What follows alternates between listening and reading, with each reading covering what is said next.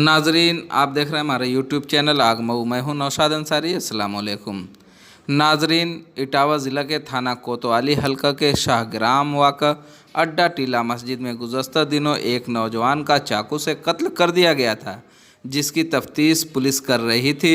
इस मामले में इटावा पुलिस ने आज खुलासा करते हुए बताया कि मकतूल तारिक का कत्ल नाजायज़ ताल्लुकात की बुनियाद पर किया गया था।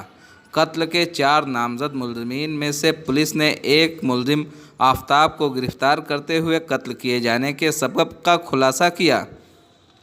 आफ्ताब ने इटावा पुलिस को बताया कि उसकी बीवी का मकतूल तारिक से नाजायज़ ताल्लुक़ था, जिसकी वजह से उसने तारिक का कत्ल कर दिया। मज़कूरा सानिया से मुतल्लिक़ गिरफ़्तार करने वाली टीम क्राइम ब्रांच टीम के इंचार्ज सत्येंद्र यादव और कोतवाली इंस्पेक्टर अनिल मणि त्रिपाठी की टीम को एसएसपी इटावा ने 15,000 रुपये के इनाम से सरफराज किए जाने का ऐलान किया। आग न्यूज़ के लिए इटावा से मसूद तैमूरी की ख़ास रिपोर्ट।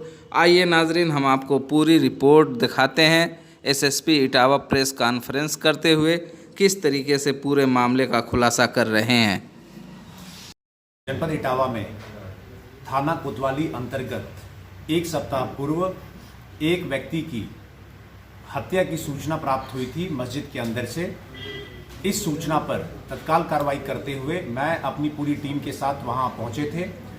वहां पे एसपी सिटी और सीओ सिटी के नेतृत्व में 3 टीमों का गठन किया गया था और लगातार इस घटना के वर्कआउट के लिए कार्रवाई चल रही थी।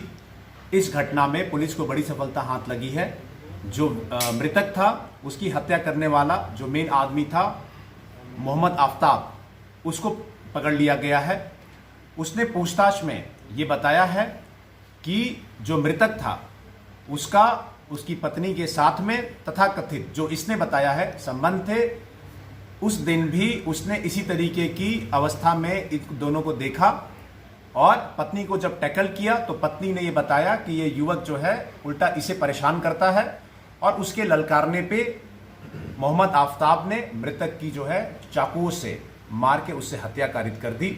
जो अभी तक पूछताछ में निकल के आया है, मोहम्मद आफ्ताब भी और उसकी पत्नी भी इसमें प्रथम दृष्टया उनका दोष सिद्ध हो रहा है। मोहम्मद आफ्ताब की गिरफ्तारी कर ली गई है और अन्य भी लोग जो इस घटना में अभी और बयानों में निकल के आते हैं उनको भी पकड़ के जेल भेजा जाएगा। फिलहाल इस घटना को वर्कआउट करने वाली हमारी जो स्वाट टीम है और थाना कोतवाली की टीम को 15,000 रुपये इनाम से पुरस्कृत भी किया जा रहा है और आगे भी जो लोग अगर इसमें कोई शामिल होते हैं तो उनको भी पकड़ के